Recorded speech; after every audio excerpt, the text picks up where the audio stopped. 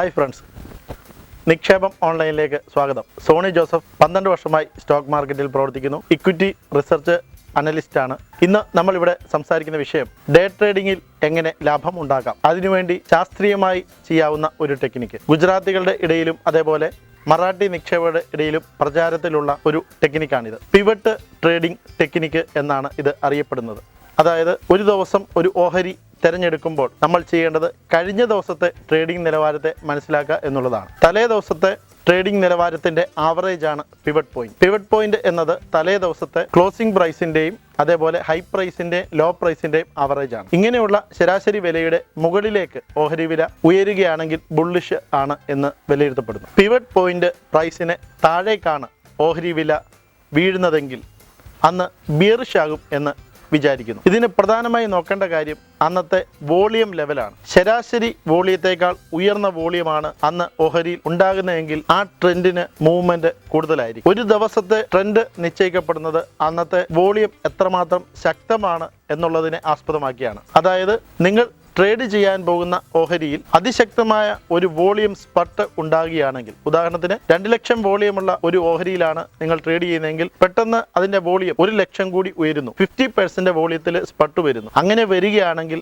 അത് ട്രേഡിംഗ് ഡിസിഷനെ അനുകൂലമായി സ്വാധീനിക്കും എന്നാണ് വലിയ ട്രേഡേഴ്സ് പറയുന്നത്. ഇവിടെ നമ്മൾ ശ്രദ്ധിക്കേണ്ടത് 2 കാര്യങ്ങളാണ്. പിവറ്റ് പോയിന്റ് പ്രൈസിന് മുകളിലേക്ക് വില ഉയരുന്നുണ്ടോ, അതേപോലെ തന്നെ ശരാശരി വോളിയത്തിന് മുകളിലേക്ക് വോളിയം സ്പട്ട് ഉണ്ടാകുന്നുണ്ടോ. ഈ 2 കാര്യങ്ങൾ വരികയാണെങ്കിൽ നിങ്ങളുടെ ട്രേഡിംഗ് ഡിസിഷന് അനുകൂലമായിട്ടുള്ള ഒരു മൂവ്മെന്റ് പ്രതീക്ഷിക്കുവാനായി കഴിയും. പ്രൊഫഷണൽ ട്രേഡേഴ്സ് ട്രേഡിംഗിന് വേണ്ടി പിവറ്റ് പോയിന്റ് കാൽക്കുലേറ്റർ ഉപയോഗിക്കാറുണ്ട്. വിവിധ വെബ്സൈറ്റുകൾ ഇത് നൽകുന്നുണ്ട്. pivottrading.co.in എന്ന സൈറ്റിൽ ഇത് ലഭിക്കും. ഹൈ, ലോ, ക്ലോസ് പ്രൈസിന്റെ ശരാശരിയും അതോടൊപ്പം തന്നെ റെസിസ്റ്റൻസ്, സപ്പോർട്ട് വിലകളും ലഭിക്കും എന്നുള്ളതാണ് പിവറ്റ് പോയിന്റ് കാൽക്കുലേറ്ററിന്റെ ഗുണം. ഇവിടെ നമ്മൾ ചെയ്യേണ്ടത് പിവറ്റ് പോയിന്റ് കാൽക്കുലേറ്ററിൽ പിവറ്റ് പോയിന്റ് കണ്ടുപിടിക്കുക. അതിനുശേഷം പിവറ്റ് പോയിന്റിന് മുകളിലാണോ ട്രേഡിംഗ് നടക്കുന്നതെന്ന് ശ്രദ്ധിക്കുക. അതായത് തലേ ദിവസത്തെ ഹൈ, ലോ, ക്ലോസ് എന്നിവയുടെ ശരാശരി വിലയുടെ മുകളിലാണോ ഇന്നത്തെ ട്രേഡിംഗ് നടക്കുന്നത്. ആ അവസരത്തിൽ വോളിയത്തിൽ വലിയൊരു വർധനവ് ഉണ്ടായിട്ടുണ്ടെങ്കിൽ സ്വാഭാവികമായിട്ടും റെസിസ്റ്റൻസ് 1ലേക്ക് പോകാനുള്ള സാധ്യത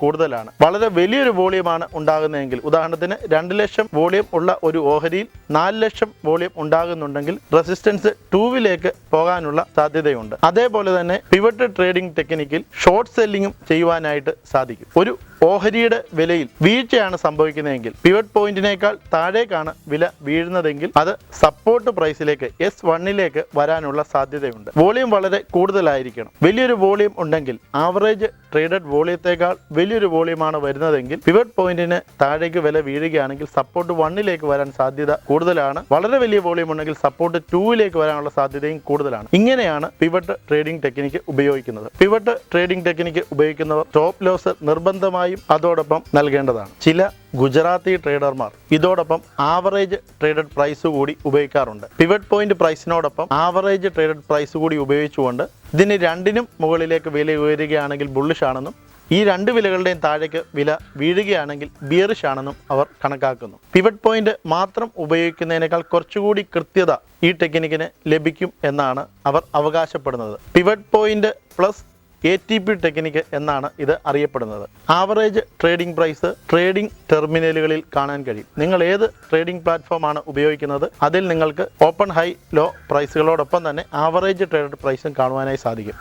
അവിടെ നിന്ന് ആ വില എടുത്തതിന് ശേഷം പിവറ്റ് പോയിന്റ് പ്രൈസുമായി ചേർത്ത് ആണ് വിലയിരുത്തേണ്ടത്. ഉദാഹരണത്തിന് പിവറ്റ് പോയിന്റ് പ്രൈസ് 100 ആണ്, ആവറേജ് ട്രേഡിംഗ് പ്രൈസ് 101 ആണ്. അങ്ങനെയാണെങ്കിൽ ഈ 2 വിലകളുടെയും മുകളിലേക്ക് 101.5 വില മാറുകയാണെങ്കിൽ അത് ബുള്ളിഷായിട്ട് അവർ കണക്കാക്കുന്നു. ഒപ്പം വോളിയത്തിൽ വലിയൊരു വർധനവും കാണുന്നു. 50% അല്ലെങ്കിൽ 100% ഉയർച്ച ആവറേജ് ട്രേഡഡ് വോളിയത്തിനേക്കാൾ കൂടുതലായി ഉണ്ടാകുന്നു. അപ്പോൾ അത് പിവറ്റ് ട്രേഡിങ്ങിന് വേണ്ടിയിട്ട് ഉള്ള ഒരു ഓപ്പർച്യൂണിറ്റി ആയിട്ട് ഡേ ട്രേഡേഴ്സ് പരിഗണിക്കുന്നു. യാതൊരു ടെക്നിക്കും ഉപയോഗിക്കാതെ ട്രേഡ് ചെയ്യുന്നവർക്ക് പരീക്ഷിച്ച് നോക്കാവുന്ന ഒരു സങ്കേതമാണ് പിവറ്റ് ട്രേഡിംഗ് ടെക്നിക്ക്. എങ്കിൽ പോലും ഈ ടെക്നിക്കിന് 100% കൃത്യത അവകാശപ്പെടാനായി സാധിക്കില്ല. ട്രേഡിങ്ങിലുള്ള റിസ്ക് ഈ ഒരു ടെക്നിക്കിനും ബാധകമാണ്. ഡേ ട്രേഡിംഗ് ഫ്ലക്ച്വേഷൻസിന് വിധേയമാണ്. ആ ഫ്ലക്ച്വേഷനിൽ നിന്ന് ലാഭമുണ്ടാകാനുള്ള ശ്രമം മാത്രമാണ് ഡേ ട്രേഡിംഗ്. മികച്ച ട്രേഡർമാർക്ക് വിന്നിംഗ് ട്രേഡുകളും ലോസിംഗ് ട്രേഡുകളും ഉണ്ടാകും. വിന്നിംഗ് ട്രേഡുകളുടെ എണ്ണം കൂട്ടുക എന്നുള്ളതാണ് ഒരു നല്ല ട്രേഡർ ശ്രദ്ധിക്കേണ്ടത്. പിവറ്റ് ട്രേഡിംഗ് ടെക്നിക്ക് ഇതിന് ഉപകാരപ്രദമായിട്ടുള്ള ഒരു ടെക്നിക്കാണെന്ന് വലിയ ട്രേഡേഴ്സ് അഭിപ്രായപ്പെടുന്നു. എന്നാൽ ഡേ ട്രേഡിങ്ങിന് മാർക്കറ്റ് ഫ്ലക്ച്വേഷൻസിൻ്റെ റിസ്ക് കൂടുതലാണ് എന്നുള്ളതും മറക്കാതിരിക്കുക. കീപ് വാച്ചിങ് നിക്ഷേപം ഓൺലൈൻ. Thank you all.